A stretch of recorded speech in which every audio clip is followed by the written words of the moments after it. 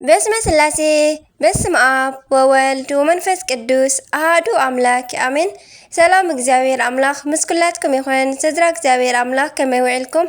ኣነ እግዚአብሔር ይመስገን። ክብሪ ይስፋሕ መድኃኔዓለም ኣቦይ። ከምቲ ኣነ ጽቡቕ ዝወዓልኩ ድማ ጽቡቕ ውዕልኩም ክትኮኑ ናይ ኩሉ ግዜ ተስፋይን ትምኒተይን እዩ። አሜን። ስንክሳር ዘወርሃ ለካቲት ዕለት 23 ቅዱስ ጊዮርጊስ። ስንክሳር ዝሰምዕ ዘንብብ ፍቅር ጎይታ ኣብ ልቡ ይዕንብብ። ሓለዋን ጸሎትን ተረዳእነትን ናይ ቅዱሳን ደማ ይረክብ። ዝክረ ጻድቅ ለዓለም ይሄሉ ዝኽሪ ናይ ጻድቅ ንዓለም ይዝነብር። ካብ ኩሉ ክፉእ ዘበለ ክድሕኑ ንቅዱሳን ተማሕፀኑ አሜን። በስመ አብ ወወልድ ወመንፈስ ቅዱስ አሐዱ አምላክ አሜን። ለካቲት 23 ወላዲተ አምላክ ልሳነ አንደበት ኩነኒ። እንኳዕ ናብ ዓብይ ሐዋርያን ሰማዕትን ቅዱስ ፒሊካፐርስን ቅዱስ አውሳብዮስን ሰማዕትን ዓመታዊ ናይ ዕረፍቲ በዓል ብሰላም ኣብፅሐና ኣብፅሐኩም አሜን። ቅዱስ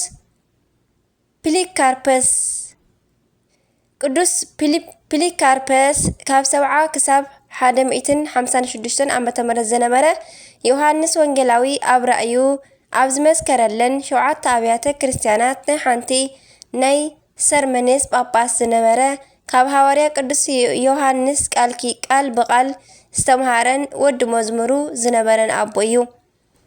ዓብይ አግናጢዮስ ሙጡ ንኣንበሳ ወይ ከዓ ንኣንበሳ ዝተውሃበ ናይዚ ቅዱስ ብጻይ ነበረ። ልዕሊ 46 ዓመታት ብፍጹም ትግሃት ንቤተ ክርስቲያን ኣገልጊሉ ኣረማውያን ኣብ 86 ዓመቱ ኣብ ኣደባባይ ብእሳት ኣቃጺሎም ቀተልዎ። ኣቦታትና ሐዋርያዊ ክብሉ ድማ ይጽውዕዎ። በረከት ረድኤት ናይ ቅዱስ ፒሊካርፐስ ይሕደረና አሜን። ከምኡውን ቅዱስ ጊዮርጊስ ሊቀ ሰማዕታት በዛ ዕለት ኣብ 1888 ዓመተ ምህረት ብናይ ቅዱስ ጊዮርጊስ ምልጃን ረድኤትን ኣቦታትና ኣብ ዓድዋ ንጣልያን ሰዓርዎም። ንቅዱስ ጊዮርጊስን ንቁኑዕ ንጉስ ዳግማዊ ኣፄ ምኒልክን በዚ ዕለት ክንዝክሮም ይግበአና። በረከቶም ይሕደረና አሜን። ከምኡውን ቅዱስ አውሳብዮስ ሰማዕት ኣብ ቤተ ክርስቲያን ስሞም ጽዋዓት ካብ ዝኾኑ ቅዱሳን ሰማዕታት ሓደ ቅዱስ አውሳብዮስ እዩ። ተወሊዱ ዝዓበየ ኣብ ምድሪ አንጾኪያ ሶርያ ክኸውን ከሎ እቲ ዘመን ድማ 300 ክፍለ ዘመን እዩ። ኣቦኡ ዓብይ ሰማዕት ቅዱስ ፋሲለደስ እዩ። ኣዲኡ ድማ ብሩኽቲ ሶፍያ ትበሃል። ሰማዕት ቅዱስ መቃርስ ንእሽቶ ሓው ምዃኑ ይፍለጥ። ቅዱሳን በዓል ፊቅጦር፣ ገላውዲዮስ፣ ቴዎድሮስ፣ ዮስጦስ፣ ኣባዲር ብጾቱ ኮይኖም ድማ ነበሩ። ቅዱስ አውሳብዮስ ናይ ቅዱስ ፋሲለደስ ፍረ ስለ ዝኾነ ጾሙን ጸሎትን ዘወትርን ኮነ። ኣብ ውሽጢ ቤተ መንግስቲ ድማ ክንደይ ዝተደላደለን ዝጠዓመን ነገር እንከሎ ንሱ ግን ከም ብሩኽ ኣቦኡ ንንጽህና መረጸ። ናይ ወርቂ ካባ ደሪብካ ክትሰግዱ ምሕዳር ክንደይ የደንቕ። እቲ ዘመን ብጣዕሚ ግሩማን ዝኾኑ ቅዱሳን ኣብ ቤተ መንግስቲ ዝተረኣይሉ ነበረ። ቅዱስ አውሳብዮስ ብምጽዋት ብጾምን ጸሎትን ዝነብር እኳ እንተኾነ በብግዚኡ ግን ናብ ኩናት ይለኣኽ ነበረ። ምክንያቱ ንሱ ሓያል ናብ ኩናት ሰብን ሓለቓ ናይ ኩሎም ሰራዊትን ስለ ዝነበረ እዩ። ኣብ ዝኸደ ኩሉ ድማ ብሓይሊ እግዚአብሔር ይስዕር ነበረ። ሓደ ግዜ ድማ ምስ ናይ ፋርስ ቁዝ ሰባት ናብ ውሽጢ ኩናት ኣተዉ። እዚ ኩናት ብላዕሊ ክመርሑ ቅዱሳን አውሳብዮስን ዮስጦስን ብሩማንያስን ንጉስ እዩ ተሸይሞም ናብ ውግእ ኣተዉ። ኣብ ጎደና ኩናት እንከለዉ ግን ሓደ ኣታላሊ ሰላይ ብኢድ ጸላኢ ከም ዝወድቁ ገበሮም። ዝተማረኹን ዝተኣሰሩን ዮስጦስን ሰራዊትን ክኾኑ ከለዉ ቅዱስ አውሳብዮስ ነዚ ሰሚዑ ኣልቀሰ። ናብ ፈጣሪኡ እንዳተማሕፀነ ድማ ለመነ።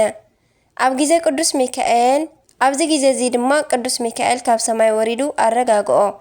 ዓወት ሂብዎ ድማ ንብጻዩ ንዮስጦስ ካብ እስር ቤት ኣውፅኦ። ንጸላእቶም ድማ እንዳሳደዱ ኣዋረድዎም። ወመጠውከኒ ዘባኖሙ ለጸርየ ከም ዝበለ ቅዱስ ዳዊት ኣብ መዝሙሩ። ድሕሪ እቲ ውግእ ቅዱሳን አውሳብዮስን ቅዱስ ዮስጦስን ድማ ብዓወት ናብ አንጾኪያ ምስ ተመልሱ ግን ዝሕዝን ዜና ሰምዑ። ኣምላክ ኣማልክት ቅዱስ ክርስቶስ ተኻሒዱ ጣዖታት በዓል ኣጵሎን ኣርዳሚስ እናተሰገደሎም በጽሑ። እዚ ዝገበረ ድማ ምንኣስ ሰይጣን ዝኾነ ርጉም ዲዮቅልጥያኖስ እዩ። ነዞም ቅዱሳን ንጣዖት ስገዱ ክብል ከዓ ኣብ ኣደባባይ ሓተቶም። ድፍረቱ ዝሕረቆ ቅዱስ ኣውሳብዮስ ግን ሰይፉ መዚዙ ናብቲ ንጉስ ተጓዓዘ። ኣብቲ ግዜ እቲ ድማ ንጉስ ሃዲሙ ስለ ዘምለጠ ንመሳፍንቱ ኣብ ሜዳ በተኖም። ኣቦ ቅዱስ ፋሲለደስ እንተዘይገላግሎ ነይሩ ሓያል ስለ ዝኾነ ኣይመትረፎምን ነይሩ። ድሕሪ መዓልታት ግን ቅዱስ ኣውሳብዮስ ብጾሙን ጸሎትን ቀንዩ ሰማዕት ንምዃኑ ወሰነ። ቅዱስ ሚካኤልን ኣቦኡ ፋሲለደስን ድማ ብምኽሪ ኣበርትዕዎ። ንሱ ድማ ኣብ ኣደባባይ ኣብ ቅድሚ ከሓዲ ንጉስ ቆመ። ኣነ ክርስቲያን እየ፣ ንክርስቶስ እየ ዘምልኽ፣ ንዕኡ ድማ እግዛእ።